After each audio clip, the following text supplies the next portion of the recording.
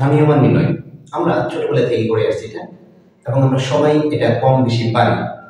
কিন্তু আমি স্থানীয় মান নির্ণয় দেখাবো না, আমি দেখাবো স্থানীয় মানের ক্ষেত্রে কেন আমরা এককের ঘরকে ১ দিয়ে, দশকের ঘরকে ১০ দিয়ে এবং শতকের ঘরকে ১০০ দিয়ে গুণ করি, বা হাজারের ঘরকে আমরা ১০০০ দিয়ে কেন গুণ করি, আর এই ঘরগুলোর নাম বা এই স্থানগুলোর নাম কেন এরকম হলো।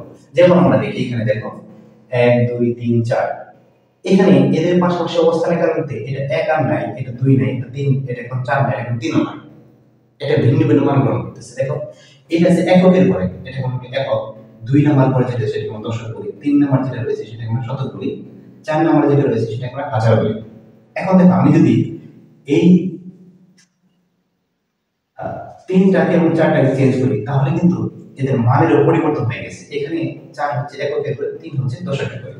এখন কথা হচ্ছে আমি ৪কে কেন ১ দিয়ে গুণ করি, ৩কে কেন ১০ দিয়ে গুণ করব, বা ২কে কেন আমি ১০০ দিয়ে গুণ করব। এটা আমরা গুণ করে থাকি, কেন করব আজকে আমি সেটা দেখাবো তোমাদেরকে। দেখো আমরা জানি ১০ ভিত্তিক সংখ্যায় ১০টা সংখ্যা রয়েছে, সেটা হচ্ছে ০ থেকে ৯ পর্যন্ত।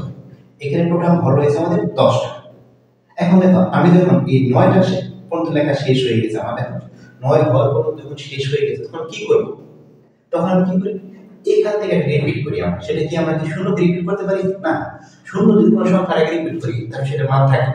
তো আমরা শুরু করব কোথা থেকে, আমরা শুরু করব ১ দিয়ে, এটা দিয়ে। এখন তাহলে আবার ১ দিয়ে শুরু করেছি, এইটা কেমন দশকের ঘর। এটা এখন দেখো আমরা এটা পেয়ে গেলাম দশকের ঘর, মানে ২ নাম্বার ঘরটা পেয়ে গেছি, আমরা দ্বিতীয় ঘরটা পেয়ে গেছি। এখন এই যে দ্বিতীয় ঘর, এটার মান কত আসলে, এই দ্বিতীয় ঘরের মান হচ্ছে, মানে এই যে দ্বিতীয় ঘর যেটা বলি আমরা, বা দশক বলি যেটাকে, এটাকে আমরা একক বলি, কারণ এটা এককের ঘরে রয়েছে, ১ নাম্বার ঘর রয়েছে, এটা ২ নাম্বার ঘর রয়েছে। আমরা তৃতীয় ঘরে পেয়েছিলাম কত, ১০ ঘর করে দেখেন, 10 ঘর করে পেয়েছিলাম আমরা এখানে। তাহলে এই দ্বিতীয় ঘরের মান কত, ১০।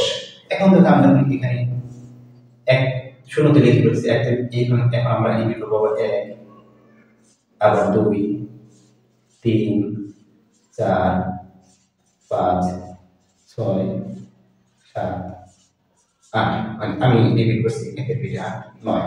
এখন দেখো আবার ৯ পর্যন্ত হয়ে গেছে। এখন আমি কি করব, ১ তো দিয়ে ফেলেছি, তাহলে আমার কাটতে হবে ২।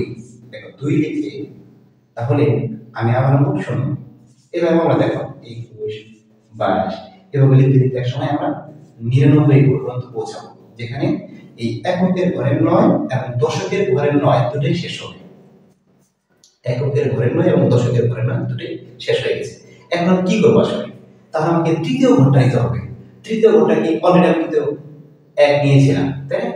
তাহলে আমি আবার নিব এখান থেকে ১, দশকের ঘরে পেয়েছিলাম এটা। এখন তৃতীয় ঘরটা আমরা শুরু করলাম এখান থেকে। কেন শুরু করব, কারণ দেখো আমরা তো ৯ এককের ঘরের ৯ এবং দশকের ঘরের ৯ যেটা সেটা শেষ হয়ে গেছে। এককের ঘরের ৯ এবং দশকের ঘরের ৯ শেষ হয়ে গেছে। এখন আমরা আবার রিপিট করছি ১ থেকে, আবার ০ দশকের ঘরে, তাই না, শতকের ঘরে আবার ০। এখন আবার শুরু করব ১ থেকে, ১০১, ১০২ এভাবে শুরু করতে করতে একসময় ১০৯ পর্যন্ত চলে যাবে। দেখো ১০৯ পর্যন্ত চলে যাবে, তার মানে এখন আমার কি করতে হবে, এই ঘরটা চেঞ্জ করতে হবে। ১, এখন আবার আপনি এখানে ১, এখানে ০, আবার ১০০, এখানে ১, এই দেখো।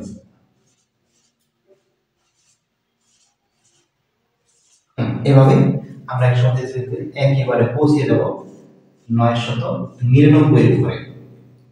আমরা কোথায় পৌঁছে গেছি, ৯৯৯ ঘরে। এখন তৃতীয় ঘরে রয়েছে, এই তৃতীয় ঘরের মান কত, এটাকে বলে এই তৃতীয় ঘর মানে ১০০।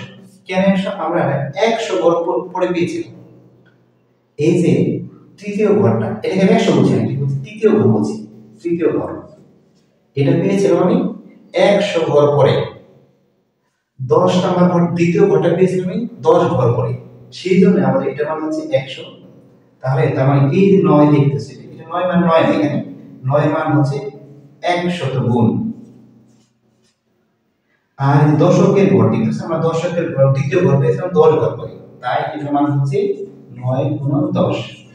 আর এই ৯ এর মান হচ্ছে এককের ঘরে পেয়েছিলাম, তাই ১ দিয়ে গুণ করতে হবে। তার মানে দেখা গেল যে আমরা যখন 100 দিয়ে গুণ করি, এই যে তৃতীয় ঘরটা এটা মূলত পাই আমরা 100 ঘর পরে। ঠিক একইভাবে তুমি চতুর্থ ঘরটা পাবে 1000 ঘর পরে গিয়ে পাবে। তুমি চতুর্থ ঘরটা পাবে 1000 ঘর পরে গিয়ে। সেজন্য আমরা এককের ঘরকে 1 দিয়ে, দশকের ঘরকে আমরা 10 দিয়ে এবং শতকের ঘরকে 100 দিয়ে গুণ করি।